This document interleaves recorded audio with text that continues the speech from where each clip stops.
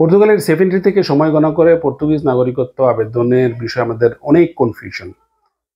অনেকে হাজারো প্রশ্ন করছেন, যদিও এই সংক্রান্ত একটি ভিডিও আমি তৈরি করেছিলাম। আইনের আলোকে আমরা কি পর্তুগিজ নাগরিকত্ব আবেদন করতে পারবো?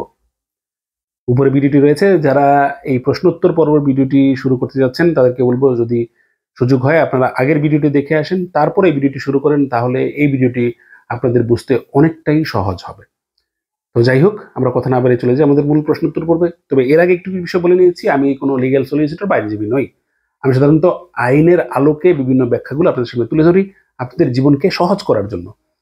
তো আমাদের প্রশ্নোত্তর পর্বে আমি সাজিয়েছি, আসলে আমাদের অল্প কিছু প্রশ্ন নিয়ে সাজিয়েছি। আপনাদের অনেক প্রশ্ন ছিল, আমি সেখান থেকে কিছু নির্বাচিত প্রশ্ন তৈরি করেছি এবং এর মাধ্যমে আশা করি আমরা সামারিটা পাবো। কারণ এমন প্রশ্ন রয়েছে, প্রশ্ন যদি সব প্রশ্ন যুক্ত করতে চাই আমরা 1 ঘন্টা ভিডিওটি শেষ করতে পারবো না। সুতরাং চলুন আমাদের মূল প্রশ্নোত্তর পর্বে।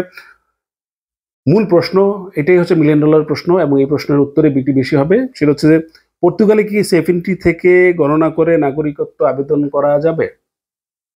সে কারণেই বলেছিলাম যে ইতিপূর্বে যে আইনের যে ধারাগুলো আপনাদেরকে দেখিয়েছিলাম আইন সহকারে, স্ক্রিন রেকর্ড করে, সেটা দেখলে আপনারা অনেকটা ক্লিয়ার হবেন।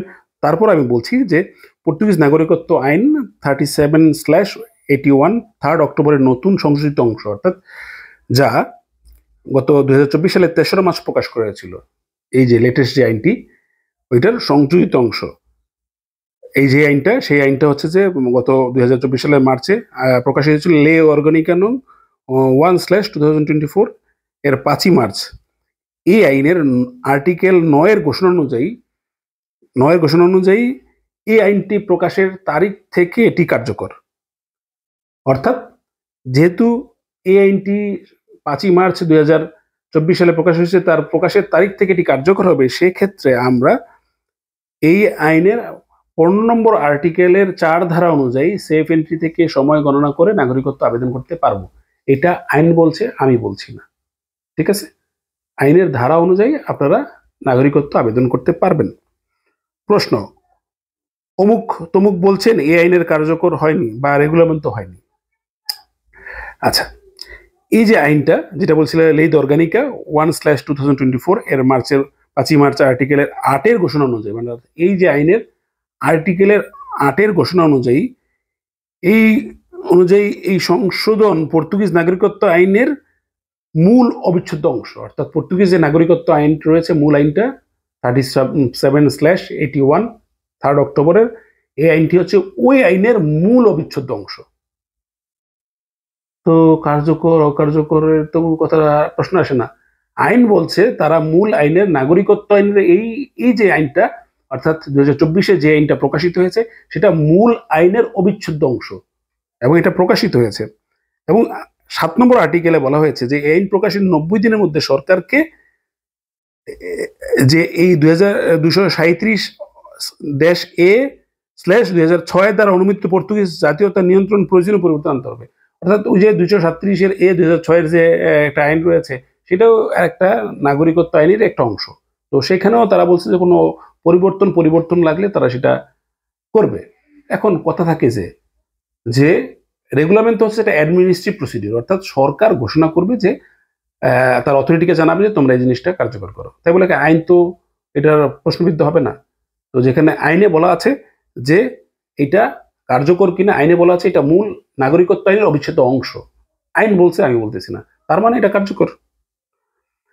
কোনো কারণে যদি আবেদন বাতিল করে, প্রশ্ন, যদি কোনো কারণে যদি আবেদন বাতিল করে, তাহলে কি আবার রেসিডেন্ট কার্ড অনুযায়ী 5 বছর গণনা করে আবেদন করতে পারবো, বা সেক্ষেত্রে কোনো সময়ের প্রতিবন্ধকতা আছে কিনা?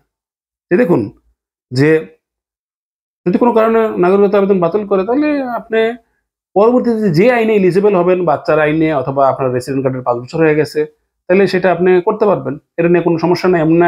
এমন না যে আপনাকে আবার অপেক্ষা করতে হবে, তা না। বাতিল হয়েছে, আবার নতুন প্রসেস আপনি করতে পারবেন। এবং অনেক ক্ষেত্রে দেখা যাবে যে যদি আপনি 5 বছর আর্টিকেলে আবার রেসিডেন্ট কার্ড অনুযায়ী করেন, দেখা যাচ্ছে সেম প্রসিডিউরে আপনি আবার প্রসেস নাম্বারে আপনাকে সেই কাজটি করতে পারবেন। এই নিয়ে পরে বলবো বিস্তারিত, শেষে কিছু আলোচনা থাকবে, প্রশ্নোত্তর পর্ব শেষে কিছু আলোচনা থাকবে, সেখানে আমরা বলবো।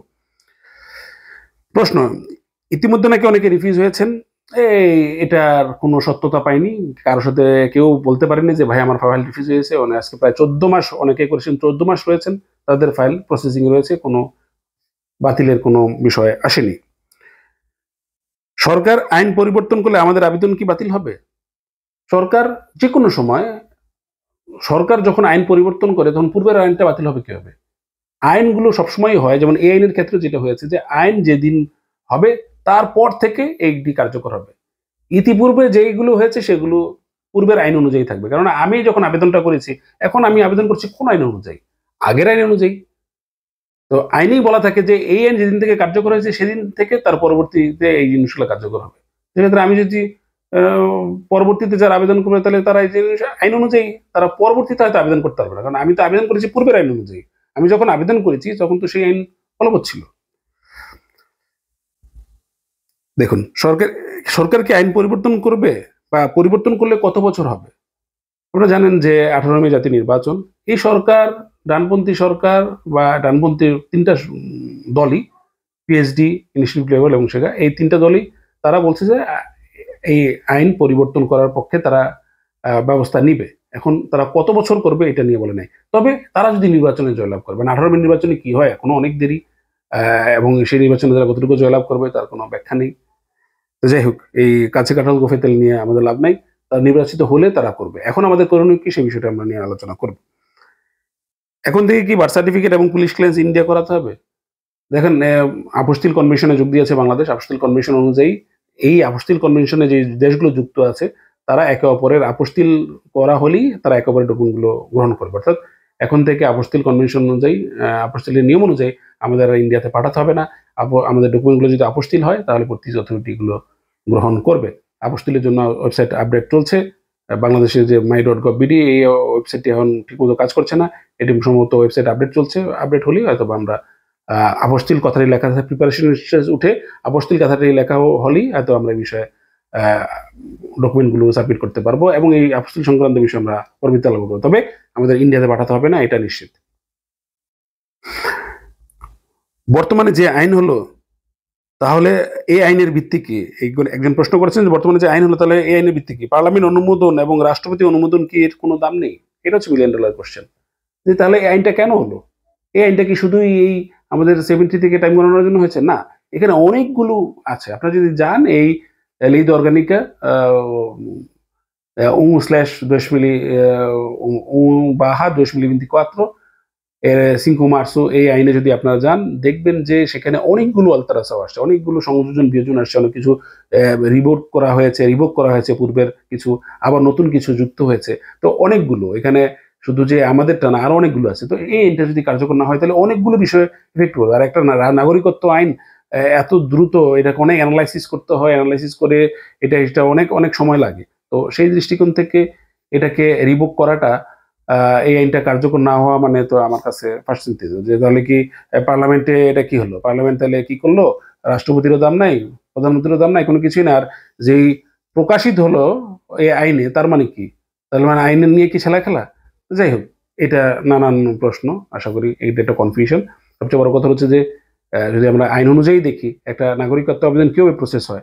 আপনি যখন আইআরএন এ নাগরিকত্ব আবেদন করেন, আইআরএন করে কি বিভিন্ন এন্টিটিকে তাদের রিকোয়েস্ট পাঠায়। অর্থাৎ সে আইমাকে পাঠাবে আপনার ৫ বছর হয়েছে কিনা, পুলিশে পাঠাবে, ইন্টারপোলে পাঠাবে, বিভিন্ন জায়গায় আপনার পাঠাবে যে আপনার সম্পর্কে খোঁজখবর নেওয়ার জন্য।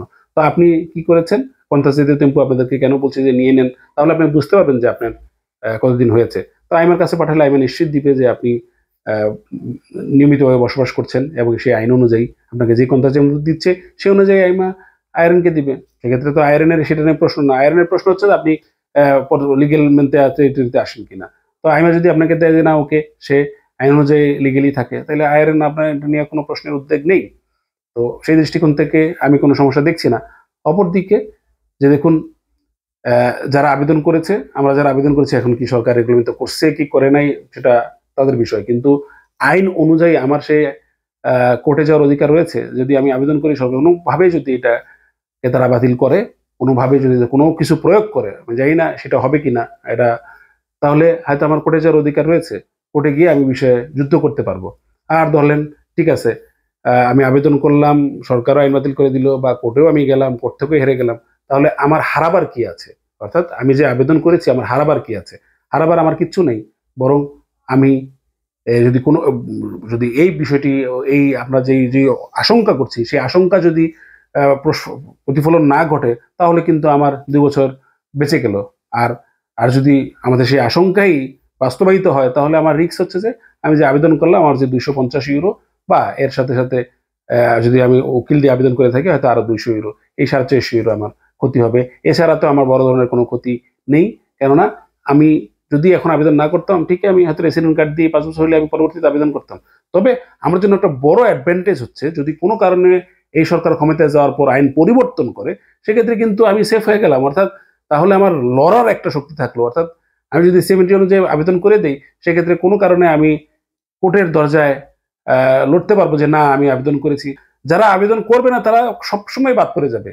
যে যদি মনে হয় যে আপনি একটা রিস্ক নিবেন, যে না ওকে, আপনার যদি মনে হয় যে না ওকে আমার এটা করণীয়, যা আবেদন করবেন না আপনার দায়িত্ব।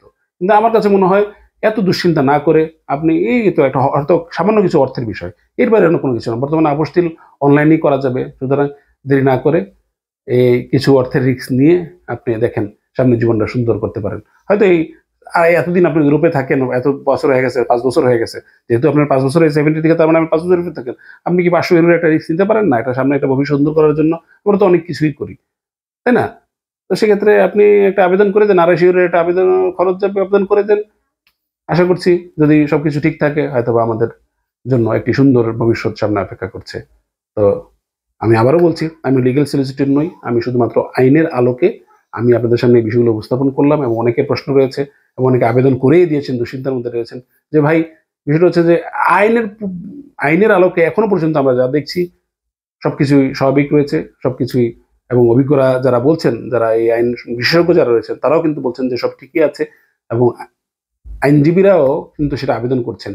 এবং অনেকে আবার বলছেন যে ভাই একটা ডিক্লারেশন নিচ্ছে আইনজীবী, তো ডিক্লারেশন আইনজীবী নিচ্ছে, সাধারণত আপনি অপারেশন করতে গেলে আপনার কি ডাক্তার কি ডিক্লারেশন নেয়, তারপরে আপনার কি মৃত্যু নিশ্চিত, সে নিচে যদি হয় এটা তো নর্মালি সবসময় এটা হবে। তো আইনজীবী কিন্তু বলে না তুই আবেদন করিস না, আবেদন বলে কর, এটা তোর দায়িত্ব। বিষয়টা হচ্ছে যে আইনের বিষয়, এখন আইনের যে ব্যাখ্যা, এখন আমি তো আর কি বলবো, আমি তো আর পর্তুগালের সবচেয়ে বড় বিচারক নই যে তাহলে একদম সব আইন ঘেটে হয়তো আপনাদেরকে বলতে পারতাম। বা যতটুকু আমি দেখেছি, বিশেষজ্ঞদের সাথে বিভিন্ন পরামর্শ করেছি, আমাদের না করার কোনো আমি যুক্তি দেখছি না। করলে বরঞ্চ আমার অনেকটা অ্যাডভান্টেজ থাকবে, আমি অনেক ক্ষেত্রে সুবিধা পেতে থাকবো। বা যদি কোনো কারণে এই আশঙ্কা বাস্তবায়িত না হয়, অর্থাৎ এই শঙ্কাটা, অর্থাৎ কোনো বাতিল টাতিল এই সমস্ত বিষয় যদি কার্যকর না হয়, তাহলে আমার জন্য কিন্তু একটা বড় ভবিষ্যৎ অপেক্ষা করছে। এখন সিদ্ধান্ত আপনার, করবেন কি করবেন না। ধন্যবাদ সবাইকে, ভালো থাকবেন।